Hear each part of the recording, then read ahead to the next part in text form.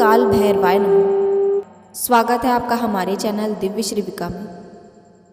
तीनों भैरव अर्थात बाबा कपाल भैरव, बटुक भैरव और काल भैरव, उनके प्रभाव और कृपा के बारे में आज हम जानते हैं, जिससे आप उनकी शक्ति, उनके ऐश्वर्य, उनकी प्रभुता और उनकी उपयोगिता के बारे में जान और समझ सकें।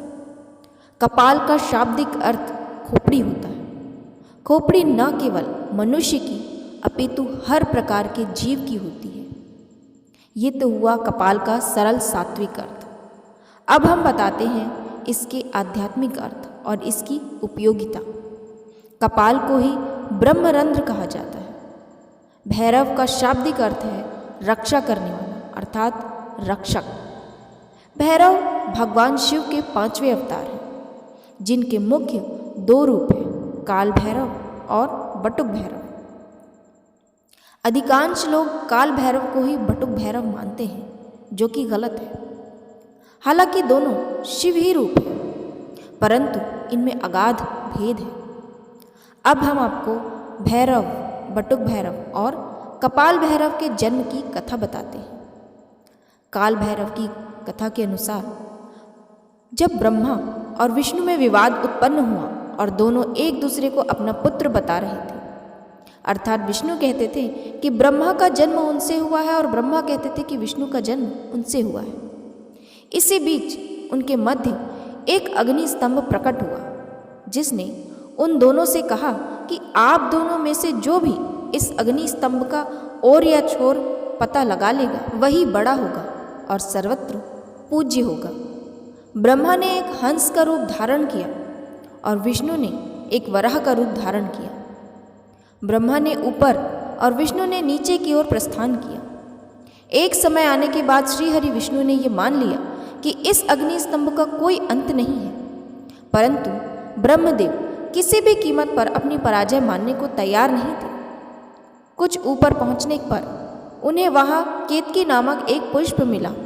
उन्होंने उससे कहा कि यदि तुम मेरा समर्थन करो तो मैं तुम्हें सबसे महत्वपूर्ण पुष्प का उपाधि प्रदान करूंगा। केतकी ने ब्रह्मा की ये बात स्वीकार कर ली और उस पुष्प को लेकर वे ब्रह्मदेव वापस नीचे आ गए। जब उस अग्नि स्तंभ ने उनसे पूछा कि आप दोनों में से किसी को मेरा और छोर मिला, तो इस पर नारायण ने तो मना कर दिया, परंतु ब्रह्मदेव ने कहा कि हाँ, मुझे मिला है, और सत्यापन के लिए केतकी पुष्प को प्रस्तुत कर दिया। केतकी ने भी ब्रह्मदेव का समर्थन किया। तब उस अग्नि स्तंभ ने एक पुरुष की आकृति ग्रहण की और प्रकट हुए महाकाल महारुद्र भगवान शिव, उन्होंने ब्रह्मदेव से कहा कि आप असत्य बोल रहे हैं, और ब्रह्मा को असत्य भाषण के लिए कभी भी न पूजे जाने का श्राप दिया और केतकी के असत्य भाषण के लिए उसे अपनी पूजा में प्रयोग में लाए जाने से निषेध कर दिया। तब ब्रह्मदेव ने क्रोधित होकर भगवान रुद्र को अपशब्द कहना आरंभ कर दिया और स्वयं को सबसे बड़ा बताने लगे। इस समय ब्रह्मदेव पंचमुखी होते थे। तब भगवान शिव को आभास हुआ कि ब्रह्मदेव में अहंकार व्याप्त हो रहा है, और सृष्टि की रचना में यदि सृष्टि रचना से पूर्व ही अहंकार व्याप्त हो गया तो असमय ही संपूर्ण सृष्टि अहंकार के भाव से ग्रसित हो जाएगी। इसलिए उन्होंने अहंकार रूपी ब्रह्मदेव के उस 5वें सर को काटने का निर्णय लिया। परंतु इसमें भी एक समस्या थी। भगवान शिव इस बात को जानते थे कि यदि उन्होंने ब्रह्मदेव का सर काटा तो उन्हें ब्रह्म हत्या का दोष लगेगा, और यदि उन्हें ब्रह्म हत्या का दोष लगा और उसमें उलझकर वे त्रिमूर्ति से अलग हो जाएंगे और असंतुलन व्याप्त हो जाएगा। इसी कारण सर्वसमर्थ भगवान रुद्र ने अपने ही अंश से एक ऐसे विकराल गण को उत्पन्न किया जो कृष्ण वर्ण के थे, अस्थियों के आभूषण से सुशोभित थे। उस दिव्य पुरुष को देखकर और उनकी गर्जना को सुनकर ऐसा लगता था मानो लाखों भयानक काले मेघों ने जीवंत रूप लेकर गर्जना की। उनकी जटाएं देखकर ऐसा प्रतीत होता था मानो असंख्य भयानक विषधर।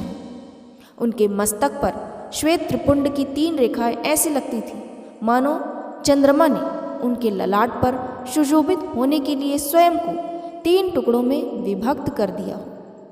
उन परम उग्र देवता की लंबी भुजाएं ऐसी लगती थी मानो लौह स्तंभ हो। भयानक अष्ट महानाग जिनका यज्ञोपवीत बने इतरा रहे थे।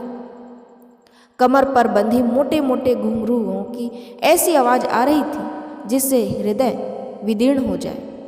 उस महाकाय महाबाहु गण को भगवान शिव ने स्पष्ट शब्दों में कहा कि ब्रह्मदेव के 5वें सर का छेदन कर दो।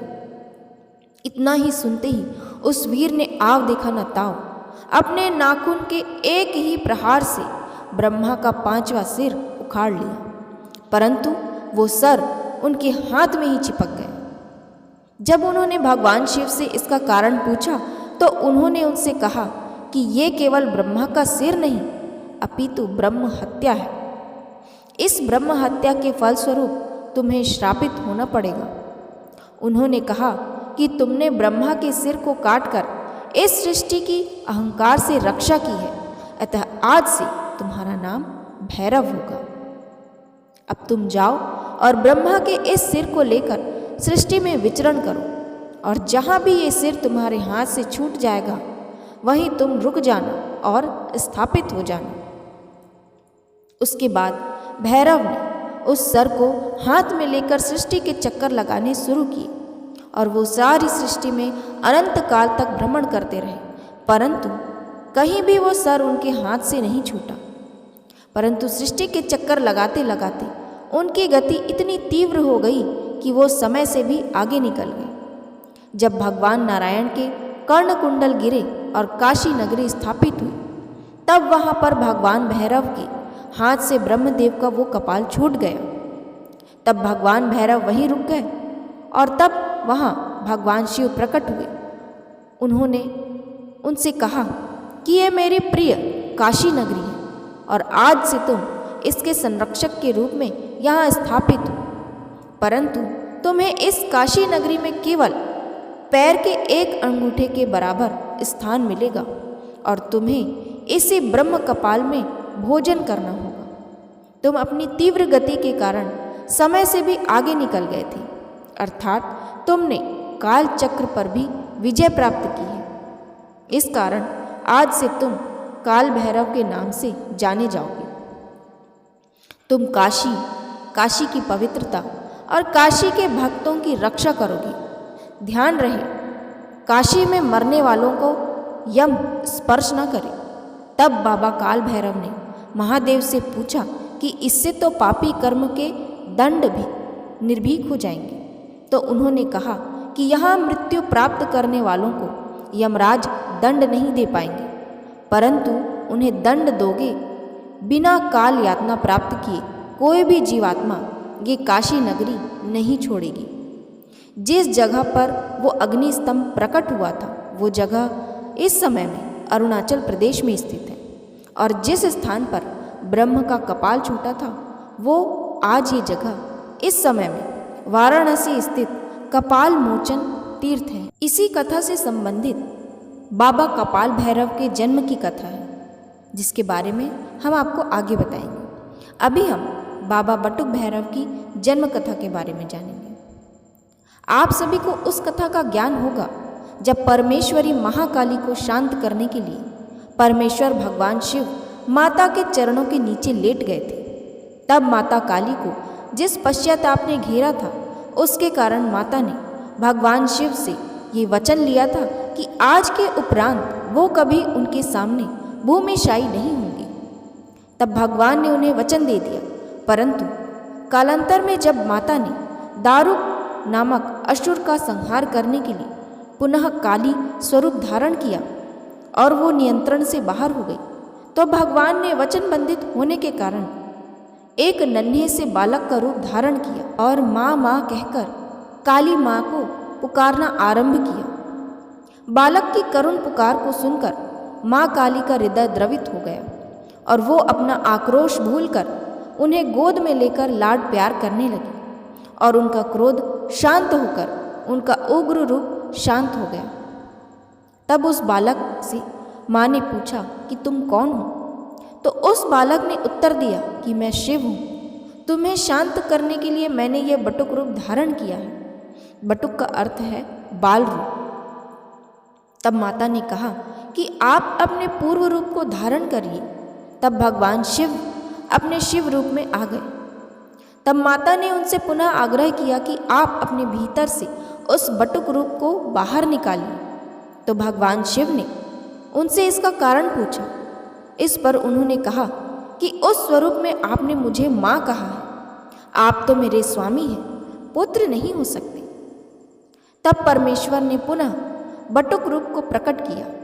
तब माता ने उनसे कहा कि आपने इस बटुक रूप में संसार की रक्षा की है मेरे क्रोध से, इसलिए आज से आपको भैरव की उपाधि दी जाती है।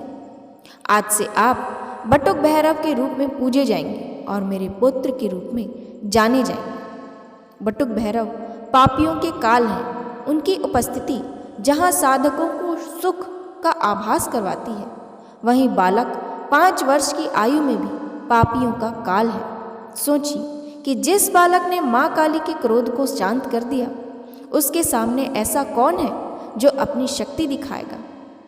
ये थी बाबा बटुक भैरव की उत्पत्ति की कथा। पहले बताए गए 2 कथाओं में 2 भैरवों के अलावा कोई भी ऐसे भैरव नहीं है जिनकी उत्पत्ति साक्षात भगवान शिव से हुई हो।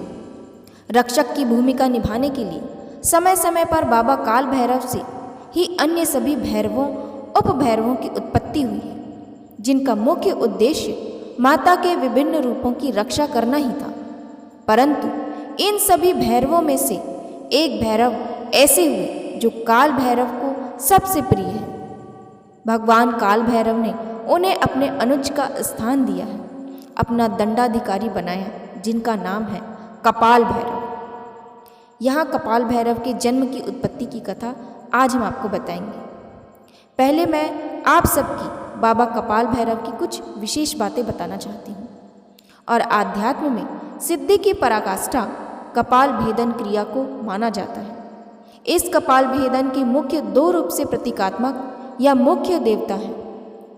सर्वप्रथम है माता छिन्नमस्ता, जिन्होंने स्वयं अपना सिर छेद कर दिया था, और दूसरी है भगवान परशुराम की माता और ऋषि जमदग्नि की पत्नी माँ रेणुका, जिनका सिर पिता की आज्ञा से स्वयं भगवान परशुराम ने काट दिया था। जिस प्रकार सर्प जागृत कुंडलिनी का प्रतीक होते हैं, उसी प्रकार ये दोनों माताएं कपाल भेदन की क्रिया की प्रतीक एवं पराकाष्ठा है। परंतु शास्त्रों के गुण जानकार इस बात को जानते हैं कि इनके अलावा कुछ और देवता भी हैं जो कपाल के अधिष्ठात्र देवता हैं, जिनमें प्रथम है माता हिंगलाज।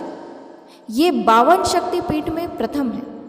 यहाँ पर माता सती का ब्रह्मरंध्र गिरा था, यानी कि माता सती का कपाल, और दूसरे हैं बाबा कपाल भैरव, जिनकी उत्पत्ति साक्षात ब्रह्मदेव के ब्रह्म कपाल से हुई थी। इन्हीं बाबा कपाल भैरव की कथा अब मैं आपको बताने जा रही हूँ। जैसा कि मैंने काल भैरव के जन्म की कथा सुनाते हुए ये बताया था कि कपाल भैरव की कथा इनके अंत से संबंधित है, उसी के आगे से मैं बाबा कपाल भैरव की कथा शुरू कर रही हूँ। जब बाबा काल भैरव को महादेव द्वारा काशी में स्थापित किया गया, तो वे सोचने लगे कि भगवान ने मुझे दंड देने का कार्य तो दे दिया, परंतु मैं दंड दूंगा कैसे, क्योंकि मुझे कैसे पता चलेगा कि कौन से व्यक्ति सही है और कौन सा व्यक्ति गलत है।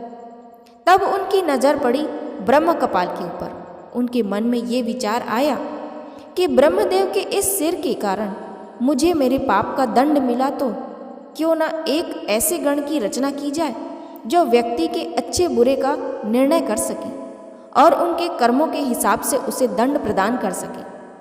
तब उन्होंने उस ब्रह्म कपाल का एक हिस्सा तोड़ा और अपनी योग शक्ति से उस कपाल में अपनी कुंडलिनी ऊर्जा को जागृत करके उसे एक जीवंत रूप प्रदान किया।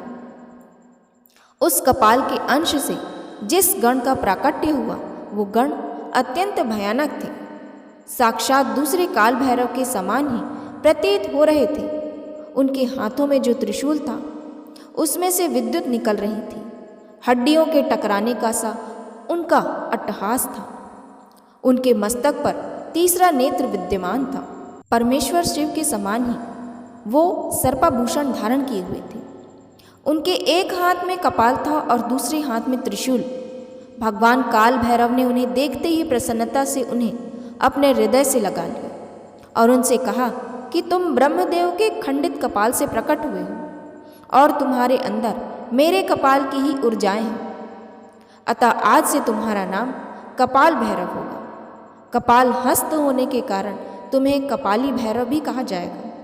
और आज से तुम काशी में साक्षात काल भैरव का दंड बनकर मेरे कार्य में मेरी सहायता करोगे। जिस लाट पर ब्रह्मदेव का सर गिरा था, तुम उसी लाट पर स्थापित होगे और तुम्हें लाट भैरव कहा जाएगा और तुम्हारी पूजा के बाद ही मेरी पूजा होगी।